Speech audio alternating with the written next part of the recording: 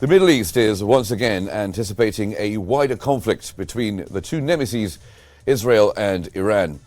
After Iran attacked Tel Aviv with over 200 missiles and Israel vowed to respond, the world is wondering what this response may look like, and most importantly, what it could lead to. From military bases to nuclear facilities, Israel's potential targets are numerous. This conflict could reach existential proportions if it escalates into a fully fledged war. How will Israel respond? What targets could it hit? And what are the consequences of persistent conflict on the region? Welcome to In Depth.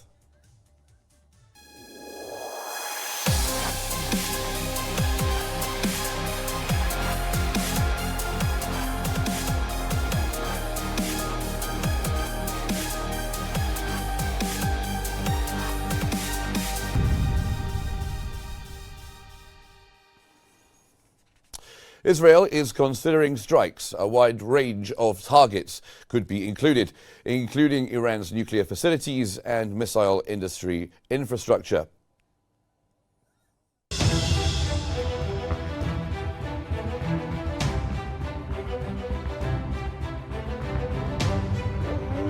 Following Iran's launch of over 200 missiles at Israel, both Israel and the United States are deliberating the response. Avigdor Lieberman, former defense minister and leader of the far-right Israel Our Home party, has called for an immediate assault on Iran, advocating for strikes on its oil, gas, and nuclear facilities, as well as its refineries and dams.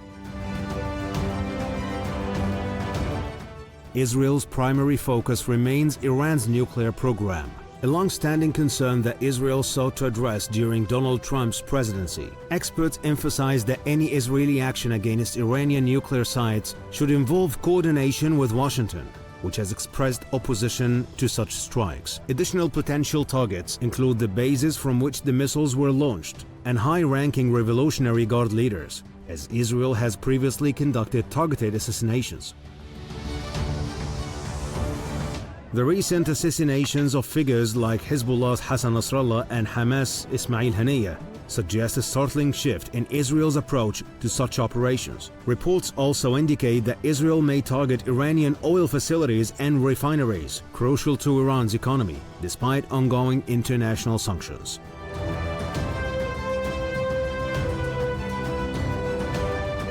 In response, Iran has warned that any retaliation from Israel will be met with a robust counterattack.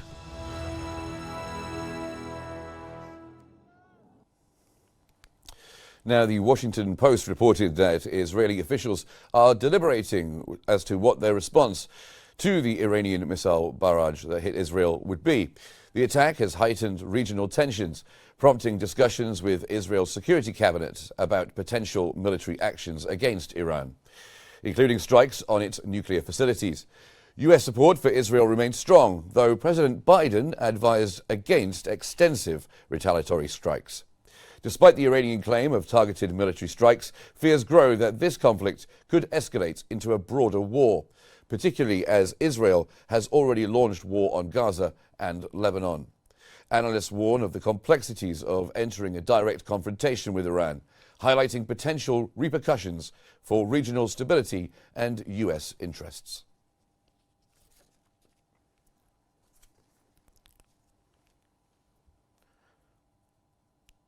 Now, to discuss this with us, we're joined from Bern by Mark Fino, a military analyst and nuclear weapons expert, and from North Lebanon, John Al-Faghali, a researcher at the Mashriq Center. Welcome to you both. We'll start with you, Mr. Al-Faghali. What could be the Israeli response to Iran? Good evening, first of all. Good afternoon. For me, I believe that there are no more rules of engagement, so there is nothing off limits, to put it bluntly. So we can't really dictate what the next move from both sides will be. This is a full-out war. Israel has shown that it's trying to upgrade itself, if we will, from a regional power to a major power. So unpredictability and a sort of mystery looms around in the region for now. Okay, and Mark Fino in Bern, do you think Iran's attack achieved its military and strategic goals? Really, it was intended as a response to previous attacks and targeted killings from Israel, but it didn't want to launch a form of escalation towards total war, total confrontation with Israel, because Iran is perfectly aware that it would lose such a confrontation. So it was sort of a balanced, targeted response to show that Iran has this capacity and they don't want to lose face after these Israeli attacks. But at the same time, it is, targeted, easy to detect and to counter, to intercept with the Israeli missile defense, and almost like the previous one in April, which was of course a lower scale. This time also Iran sent some information through different channels, Arab countries, maybe Switzerland, to the United States and to Israel to prepare for such an attack. And therefore the result of this attack was not so terrible. No casualties, no serious casualties, and probably very few limited damages. And Mark Fino, can I just follow up on that with you? What do you think the reason is behind Iran giving such warnings? Well, again, Iran felt a blow as a result of the killing of Hamas leader in Tehran. Of course, previous attacks by Israel on its nuclear program, the targeted killings of scientists, the cyber warfare, the sabotage of some facilities, and more recently, I would say the culmination was the killing of the head of Hezbollah, which of course has more importance for Iran in terms of its external policy of proxies, keeping pressure on Israel. So it was a major blow, and therefore Iran felt it had to react just for the great credibility of its defense, of its policy vis-à-vis its proxies, vis-à-vis its allies. But at the same time, as I said, it is aware that it cannot afford a major war, a major regional war, especially if Israel is supported by the United States. So coming to you, John Al-Faghali, let's talk about what the response from Israel might be. Many think that they will hit strategic targets like nuclear facilities. What do you think? Do you think that it's likely, those kind of targets? Do you think there will be response? And what do you think the fallout from it might be?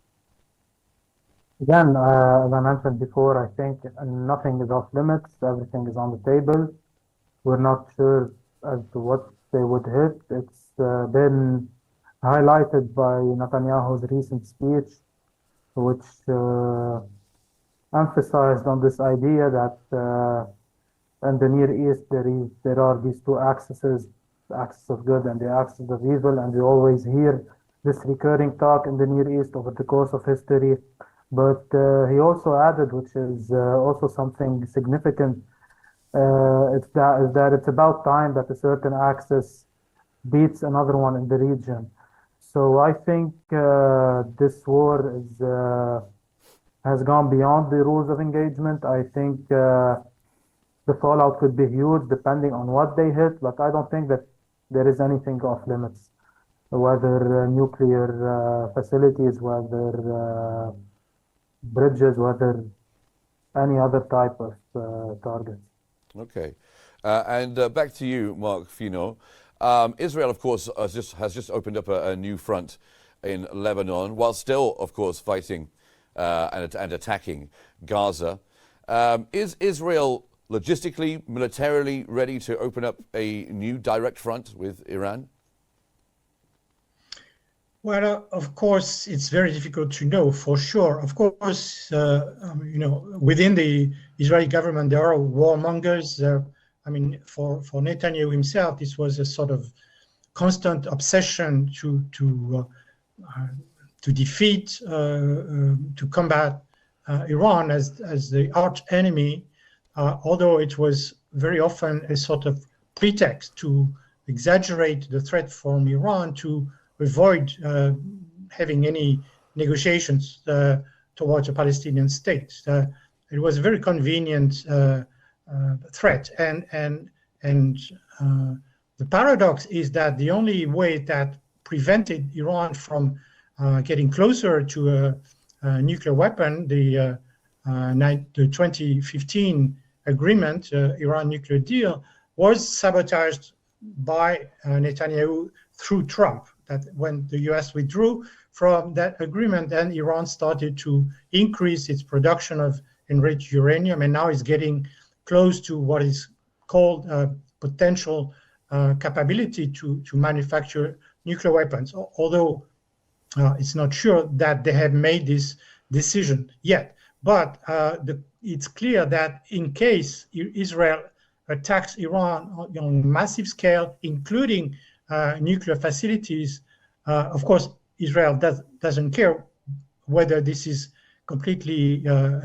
in contradiction with international law, because it's kept violating the laws of warfare by attacking civilian targets. But in this particular case, it's specifically prohibited to attack very dangerous facilities like nuclear power plants or dams or any facility that may have some serious impact on civilian populations.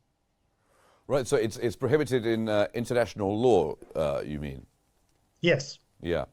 And Mr. Al-Faghari, what do you think? Do you think Israel will continue to assassinate certain figures in Hezbollah? Will it go after the people involved in the ballistic missile program that attacked them the other day?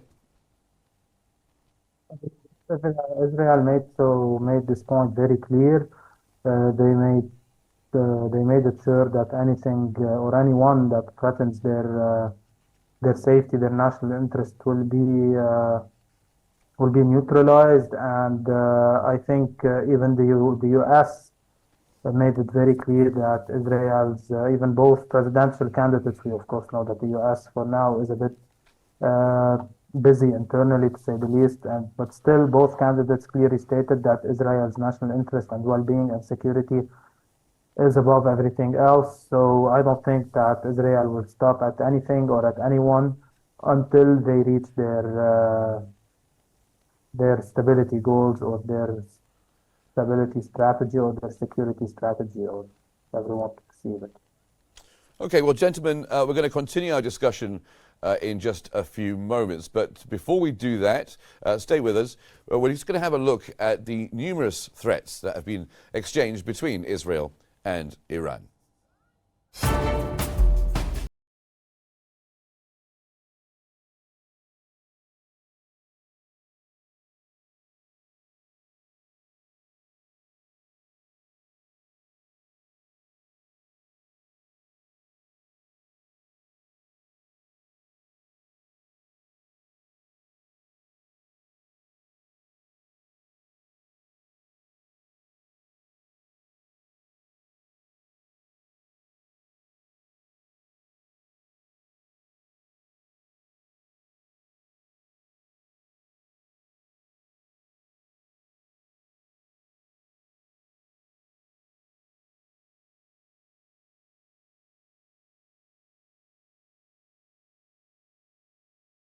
A little bit of background there for you.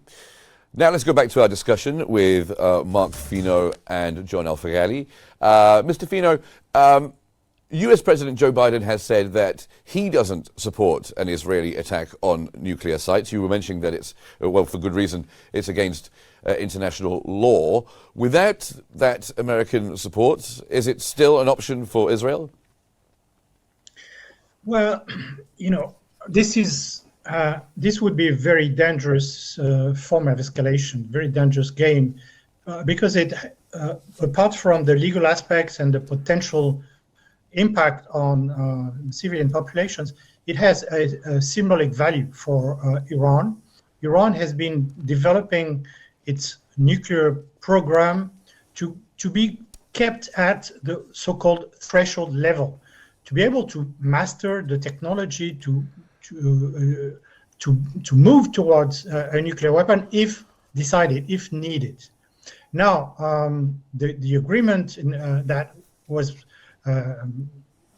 sabotaged by Israel and Trump allowed that, and now it's of course a more dangerous situation because Iran has accumulated enough material to make a few nuclear bombs, and it's not even sure whether it has the technology, the capacity to actually manufacture operational nuclear devices. But it is clear that this is a red line for Iran, and that if it's crossed, then Iran will have a perfect pretext to say, yes, we've been under attack, and now the only solution left to us is to actually become a nuclear weapon state on the same footing as Israel. And this is what, of course, the U.S. wants to avoid at all costs, because it would start certainly, domino theory. Saudi Arabia, perhaps other Arab countries would want to have nuclear weapons, and that would start a major, situation of major destabilization and risk of nuclear war. Okay. So well, I'm going to come back to you in a moment, yes. Mark Fino. But John El-Faghali, is this Israeli retaliation absolutely inevitable now? Is there any way you could see the US perhaps managing to de-escalate? For me, it's at least not until the presidential election in the US happening in November. I think this is the US priority. US main priority for now is to hold the elections, and then afterwards, I think they will try to focus more on the region. Until then, we can only predict further escalation, further war, further tensions, and further consequences of war, which are actually tragic. So, for me, the US won't interfere until they hold their elections. But again, as we mentioned, both presidents will make sure to back Israel, their eternal ally, so to speak. So that's from my point of view. Okay, and Mark Fino, would you say that this conflict now is existential? It's never going to be able to be de-escalated. And what do you think the time span is? How long are we thinking for Israel to reply and respond?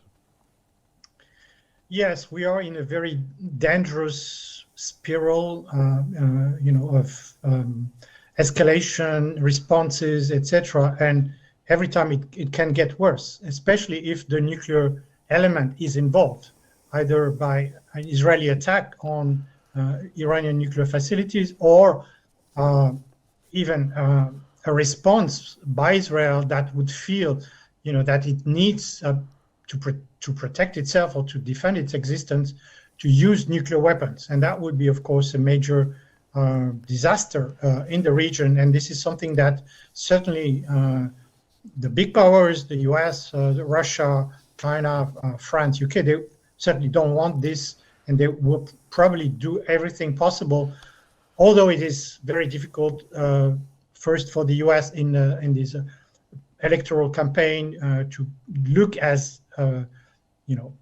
preventing Israel from defending itself, but at the same time, it is clear that the US has the potential, has the means to put pressure on Israel as it did in the past.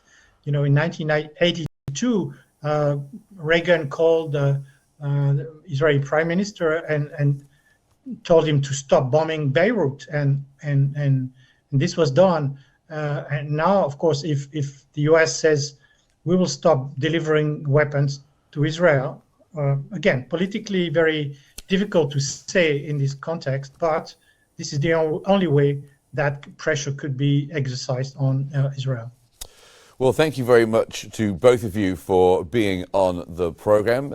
That was Mark Finot, a military analyst and nuclear weapons expert in Bern, and John El Fagari, who is a researcher at the Mashriq Center. Thank you very much, both of you, for being on the program. That brings us to the end of this episode of In Depth. Stay here. Riham has an update on the top stories in just a few moments. Thanks for watching.